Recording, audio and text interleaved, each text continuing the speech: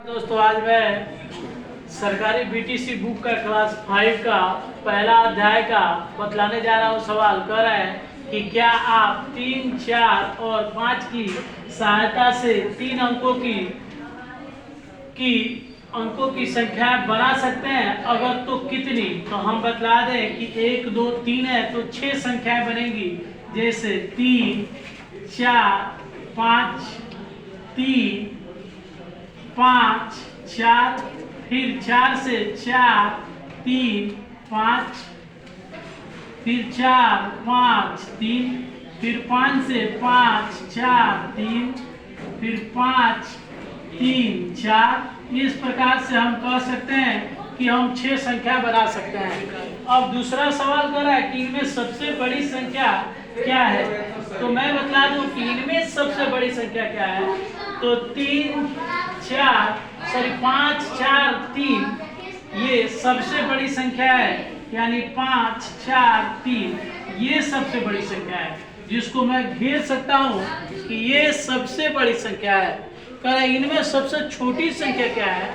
तो अब देख लीजिए ना, सबसे छोटी संख्या 3, 4, 5, यानी ये संख्या हमारी सबसे छोटी हो सकती है। तो मैं इसके जगह पे लिख सकता हूँ 3, 4, 5 ये सबसे छोटी संख्या है। अब अगला सवाल कह रहा है कि इनमें सबसे छोटी संख्या क्या है। तो 3, 4, 5 है। एक नंबर सवाल कर रहा है कि सबसे बड़ी संख्याओं पर गोलाकार तथा सबसे छोटी संख्याओं पर वर्ग या आयत का घेरा बनाइए। अब आइए हम देखते हैं कि सबसे बड़ी संख्या पर गोला यानी 87, 97, 88, यानी सबसे बड़ी संख्या 97 है गोला। और इसमें सबसे छोटी संख्या कौन है। तो ये 87 है। चलिए इसको वर्ग या आयत के अंदर भर लेते हैं।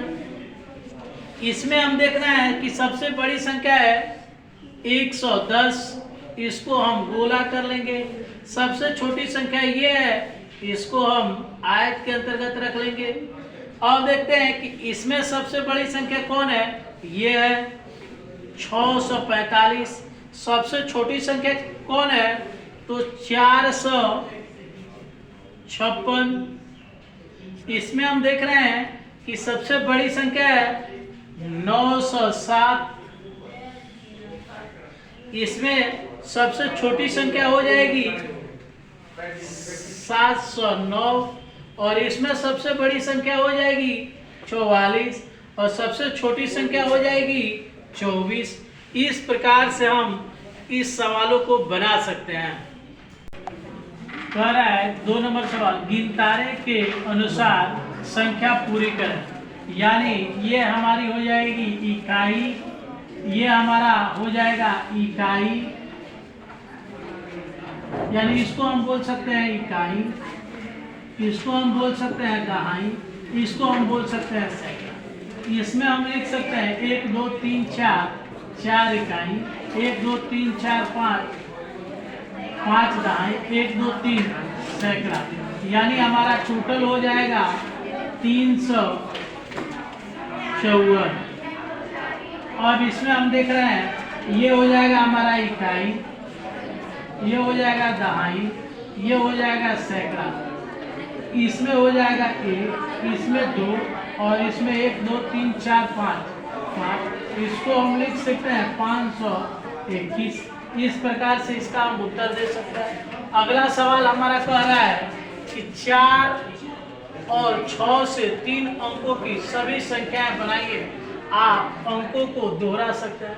तो मैं लिख दूं कि 4, 4, 6 भी लिख सकता हूं। मैं लिख सकता हूं 6, 4,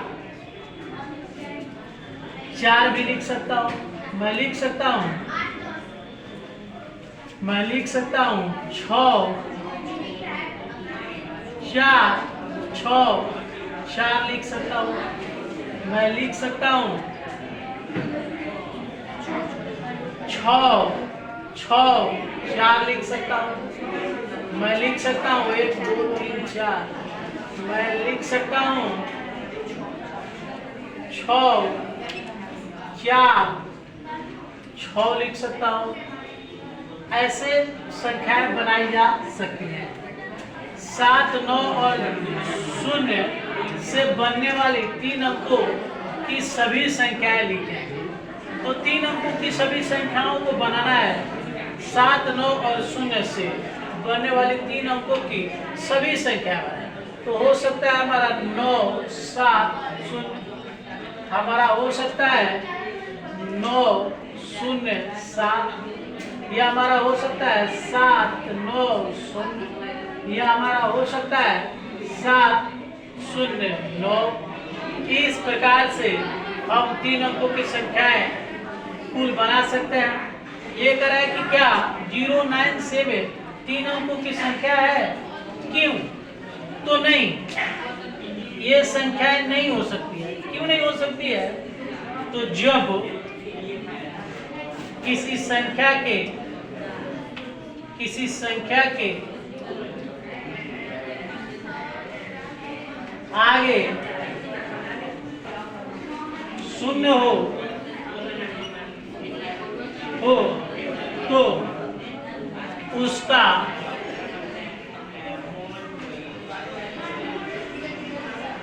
कुछ मान नहीं निकलता है,